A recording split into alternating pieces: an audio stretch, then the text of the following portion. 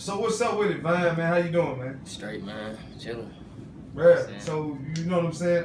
We at the pool party yesterday, bruh. We heard like everything that was discussed in the song. You know what I'm saying? Sure. And we'll say it like that. You know what I'm saying? You wanna like, you know what I'm saying? Like almost like really elaborate on the collab with Divine, cause Divine in the song it sounded like he didn't go hard enough, bro. I mean, as a team, we building each other up. We kind of made the song together, you feel me? But, so when we was writing it, the thought was just, we was going to both be on the song anyway. So, I had the hook. I had got the hook before he got the hook, so it was like, shit, put him on the hook, that shit went hard. So I'm like, fuck it, I'll just get on the hook.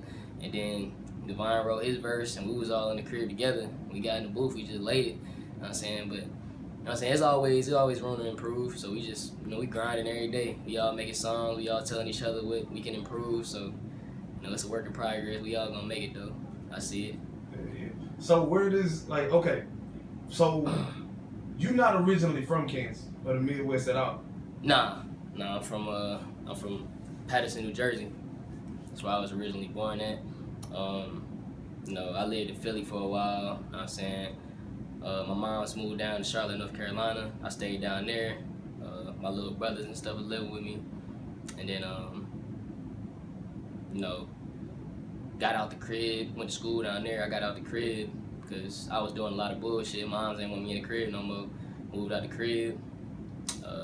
Wasn't really shit for me, I had like 2 or 3 homeboys die from the bullshit we was on, so ended up coming to the Army before some shit went bad. Came out here, now I'm doing this little Army thing, collabing my music with the Army, just trying to make moves. Yo, what's up, man? So back home, I know that's what a city like, like lean on me.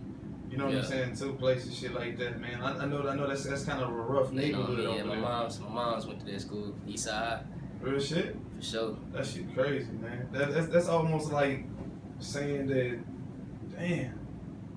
Like, does the neighborhood really look like that? It's really like that. It's really like that's how Patterson is. You got National Guard come to Patterson all the time. It's rough. Fetty Wap from Patterson. It's a lot of beef.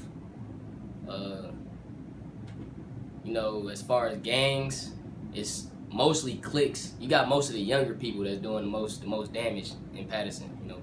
Patterson is just a real small place. Like, you got your big places like Camden and Newark, where the death rate's high.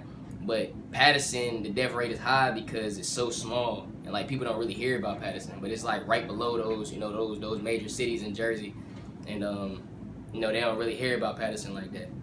Fetty Wap was the first, to actually bring people to, Patterson, see what Patterson looked like. But, it's definitely there, and it's a lot. Would you consider? Would you be able to say, hey, I made it out?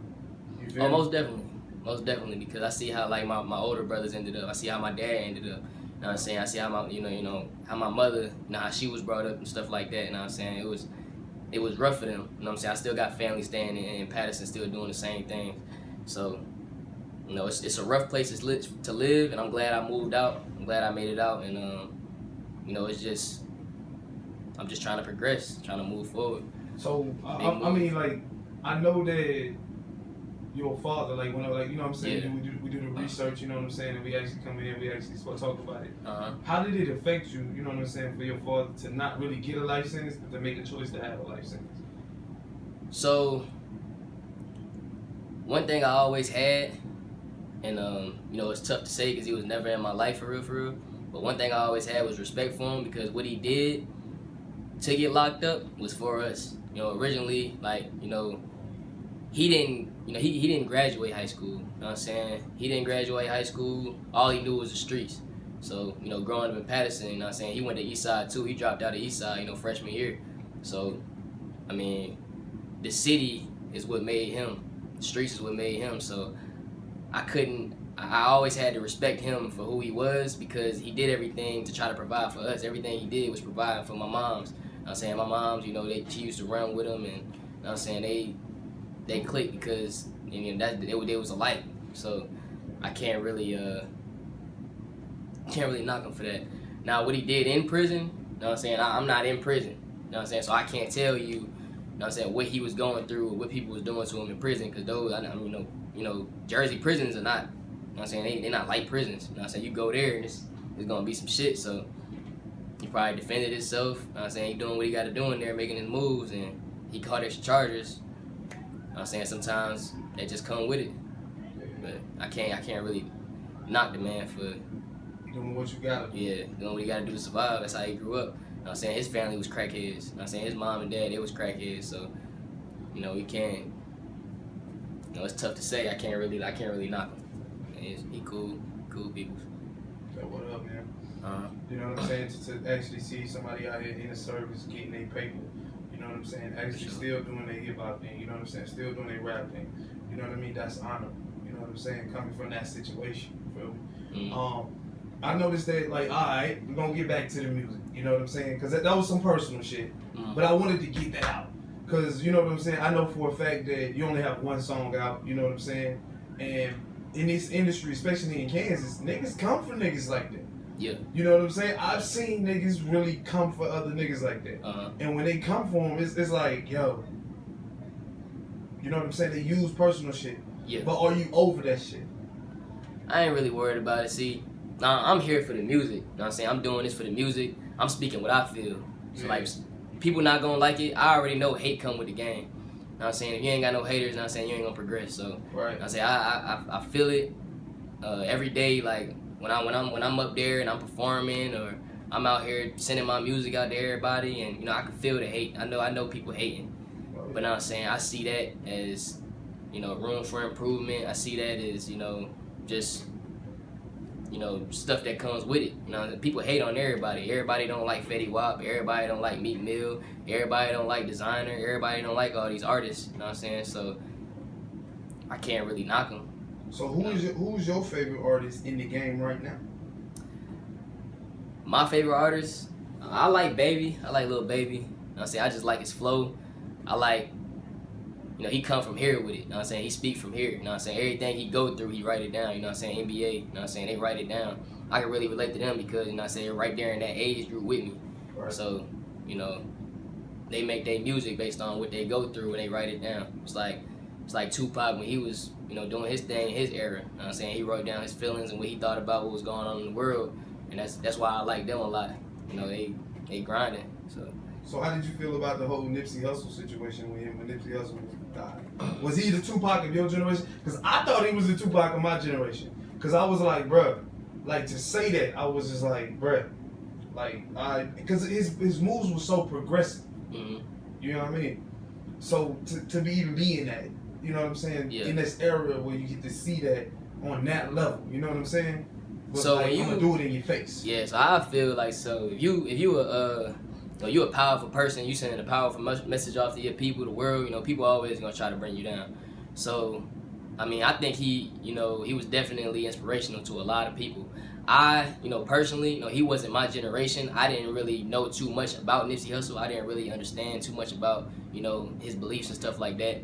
But I do realize, you know what I'm saying, after he died and everything, that he was an inspirational person and he did have a lot of meaning to a lot of people. So, you know, and I know how it goes. You know what I'm saying? Somebody get big, somebody mean something, and somebody trying to spread a message, and somebody want to take that away from everybody. Somebody want to take that away from them. Right. You know what I'm saying? So, and I understand that, and that's, you know, that's just what come with the game. They try to knock you. Just like they did Meek, locked him up for, you know, nothing. You know, he's spreading the message. You know, he trying to be tell everybody about what's going on in the world and making a difference. And now they want to lock him up and find every reason to you know, bring him down, but he fighting through it. Everybody prospering, and you know. So how did that affect the way that you make music? Because he's from where you from. You know what I'm saying? He's the advocate on that side of the world. You know what I'm saying? And a lot of people like look at Meek Mills as like, oh, he did that as a tour run. You know what I'm saying? What they don't know is, hey, this is reality over here. Yeah. You know what I'm saying? So.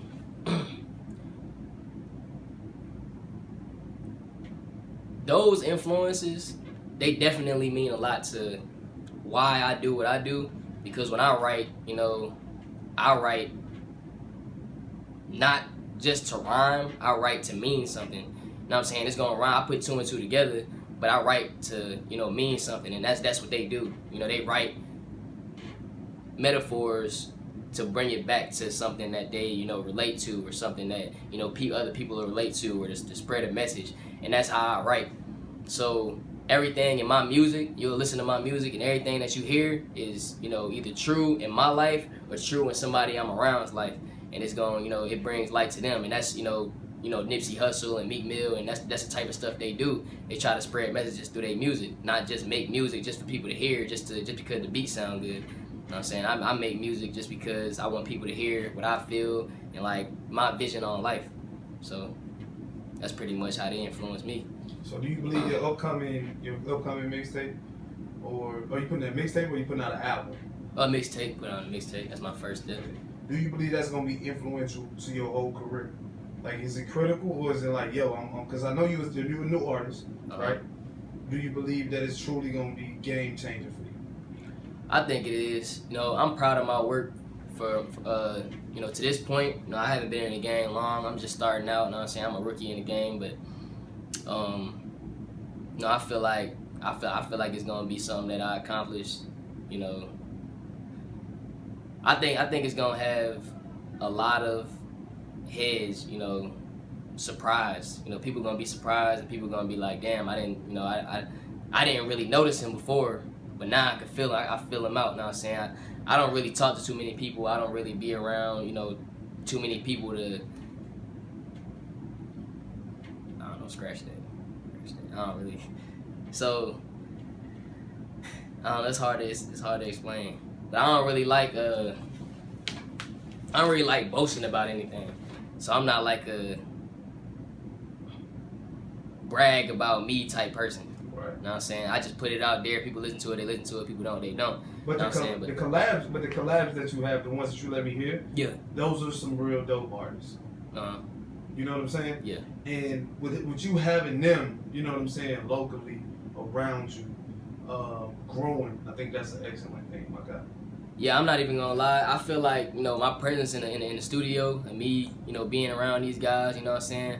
I feel like I'm bringing hope to them, you know, but they bringing hope to me too. Cause I'm new to it. They like my sound. They like, you know, how I come on tracks and stuff like that.